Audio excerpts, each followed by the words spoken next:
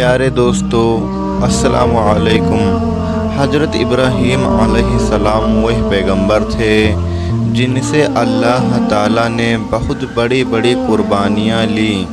نمرود نے انہیں آگ میں جلانے کی کوشش کی، مگر اللہ نے انہیں سلامت اس آگ سے باہر نکال دیا۔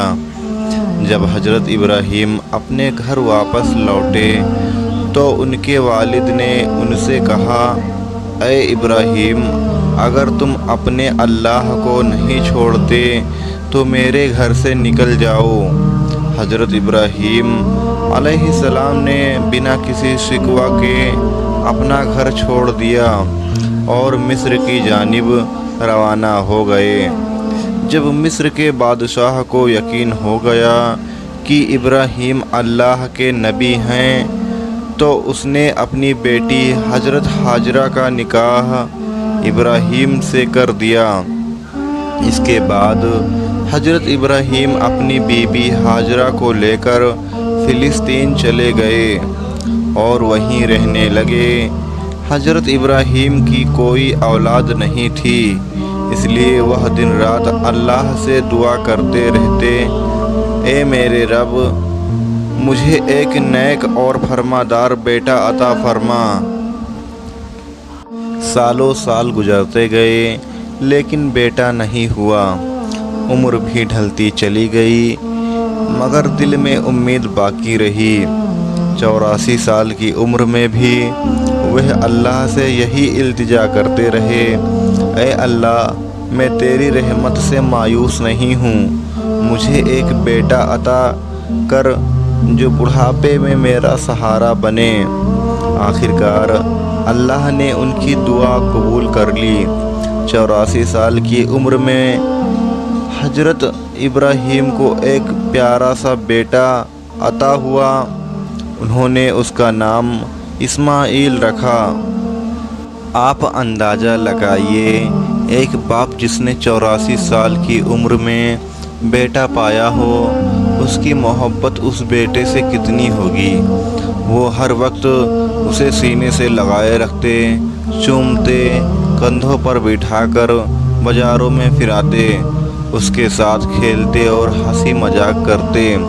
ابھی بیٹے کی پیدائش کو ایک ہفتہ بھی نہیں گزرا تھا کہ حضرت جبرائیل علیہ السلام ابراہیم کے پاس آئے اور کہا، اے اللہ کے نبی، اللہ کا حکم ہے کہ آپ اپنی بیوی اور بچے کو جدا کر دیں۔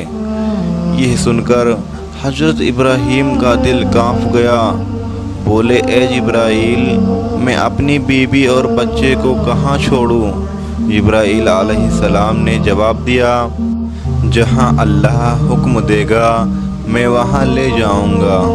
کل صبح انسانی شکل میں اونٹ پر آؤں گا، آپ اپنی بیوی اور بچے کو تیار رکھنا اور میرے پیچھے پیچھے چلنا۔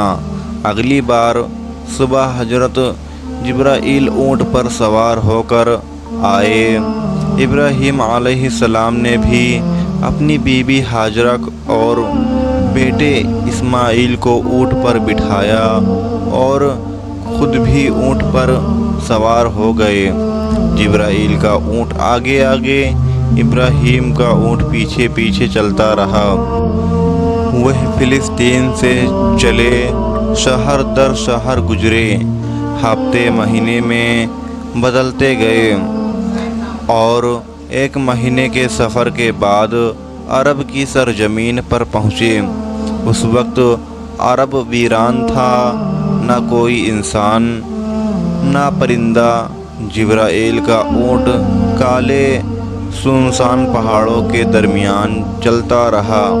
آخرکار 4 اونچے پہاڑوں کے بیچ ایک وادی میں پہنچے جہاں آج کعبہ موجود ہے، لیکن اس وقت وہاں دور دور تک کوئی نہیں تھا۔ جبرائیل نے اونٹ روکا اور کہا، اے ابراہیم، اللہ کا حکم ہے کہ آپ اپنی بیوی اور بیٹے کو یہیں اتار دیں اور خود واپس چلے جائیں۔ یہ سنتے ہی حضرت ابراہیم علیہ السلام کا دل کانپ اٹھا۔